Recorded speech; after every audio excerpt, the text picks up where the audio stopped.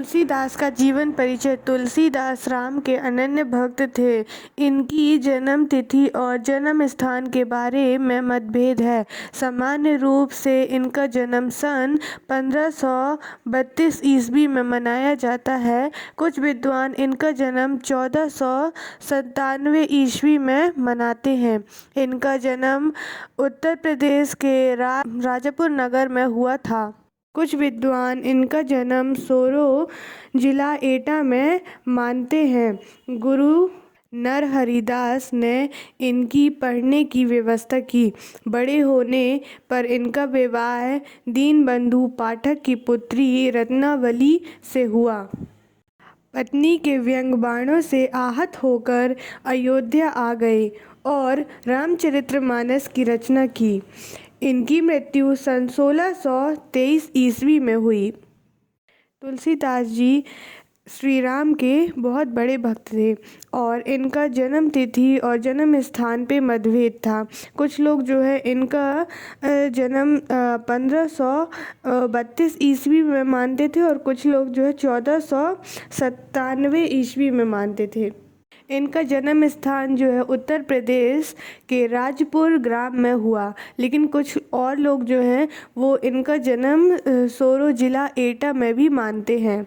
गुरु नरहरि ने इनकी पढ़ने की व्यवस्था की और बड़े होकर इनका विवाह जो है दीनबंधु पाठक की पुत्री रत्नावली से हुई और पत्नी के व्यंग बाणों से आहत होकर वो अयोध्या चले गए और वहाँ पे रामचरितमानस की रचना की।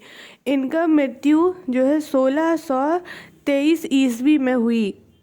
तुलसीदास जी की रचनाएं हैं रामचरितमानस, विनय पत्रिका, कवितावली, गीतावली, दोहावली, वरवै रामायण, हनुमान बाहुक, जानकी मंगल आदि। काव्यगत विशेषताएं। काव्यगत विशेषताओं में भाव पक्ष का पहला है भक्ति भावना। तुलसीदास सगुण ईश्वर को मानते थे। उनकी भक्ति में असीम दैन्य अनन्य आत्म समर्पण है। राम ही एकमात्र भरोसा है। एक भरोसो एक बल, एक आस विश्वास, एक राम घनश्याम हित, चातर तुलसीदास। सेकेंड है हमारा समन्वयवादी विचार। इनका दृष्टिकोण समन्वयवादी रहा है। राम भक्त होते हुए भी सभी देवी देवताओं की वंदना की।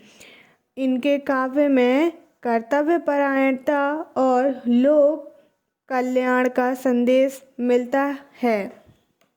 तीसरा है हमारा लोक मंगल का भाव।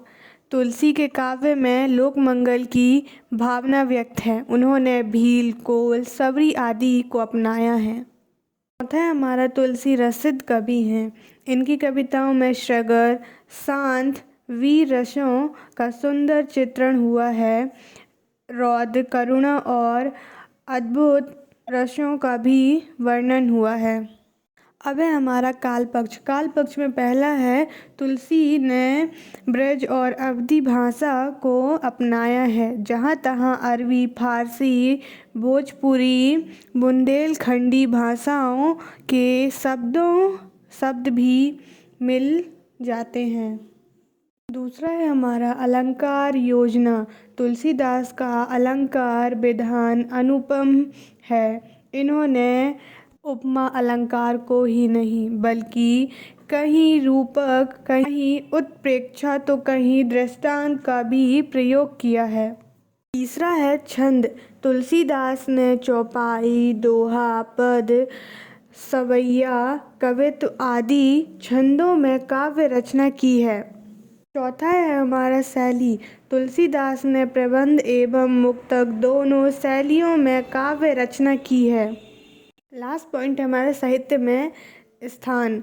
लोक कल्याण के भाव से काव्य रचना करने वाले तुलसीदास विश्वविख्यात कवि हैं।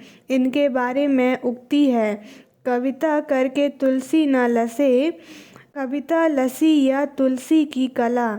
वे संसार के अमर कवि हैं। Thank you for watching this video. Like, subscribe and share and keep supporting.